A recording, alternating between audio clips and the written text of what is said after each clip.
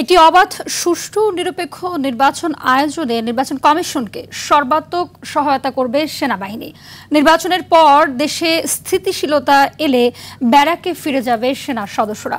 বুধবার দুপুরে ঢাকা সেনানিবাসে ইন-এইড টু সিভিল পাওয়ারের আওতায় নিয়োজিত সেনাবাহিনীর কার্যক্রম সম্পর্কিত সংবাদ সম্মেলনে তথ্য জানানো হয়। সংসদ নির্বাচনে 90,000 থেকে 1 লাখ সেনা সদস্য নিয়োজিত থাকবে এবং আসন ভিত্তিক ক্যাম্প স্থাপন করা হবে বলে জানিয়েছেন আইএসপিআর। বিস্তারিত জানাচ্ছেন হাসান মাহমুদ। শুভ অপরাহ্ন।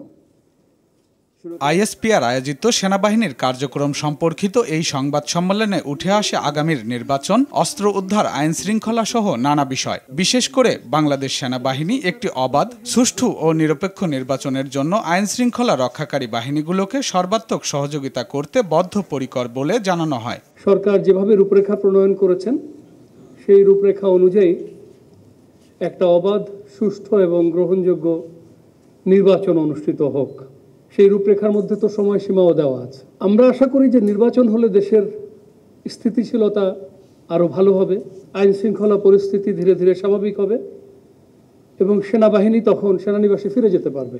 গত 15 মাস সেনাবাহিনী অত্যন্ত চ্যালেঞ্জিং পরিস্থিতিতে দায়িত্ব পালন করছে। এ সময় কিছু স্বার্থান্বেষী চক্র সেনাবাহিনীর নেতৃত্বকে প্রশ্নবিদ্ধ করার উদ্দেশ্যে মিথ্যা ও সাজানো অপপ্রচার চালিয়েছে। বাংলাদেশ সেনাবাহিনী সম্মানিত সেনাবাহিনী প্রধানের দিক নির্দেশনায় সংশ্লিষ্ট মন্ত্রণালয়, আইনশৃঙ্খলা রক্ষাকারী বাহিনী, স্থানীয় প্রশাসন, গণমাধ্যম এবং জনগণকে সাথে নিয়ে একটি সুষ্ঠু এবং অবাধ নিরপেক্ষ নির্বাচনের জন্য নির্বাচন কমিশনকে সকল ধরনের সহায়তা দিতে সর্বদা প্রস্তুত থাকবে। গত 15 মাসে হারিয়ে যাওয়া 81% অস্ত্র ও 73% গোলাবারুদ উদ্ধার করেছে সেনাবাহিনী। এ যাবৎ আমরা শতকরা 81% হারিয়ে যাওয়া অস্ত্র উদ্ধার করতে সক্ষম হয়েছি এবং শতকরা 73% হারিয়ে যাওয়া গোলাবারুদ আমরা উদ্ধার করেছি।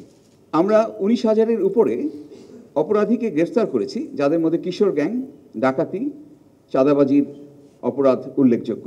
সেনা কর্মকর্তারা জানান, দেশের অভ্যন্তরে শান্তি শৃঙ্খলা বজায় রাখতে কূটনৈতিক ব্যক্তিবর্গ ও দূতাবাস সমূহকে নিরাপত্তা প্রদান করে আসছে সেনাবাহিনী। এবং আমরা সেটার ক্ষেত্রেও সরকার। হাসান মাহমুদ, RTV, ঢাকা।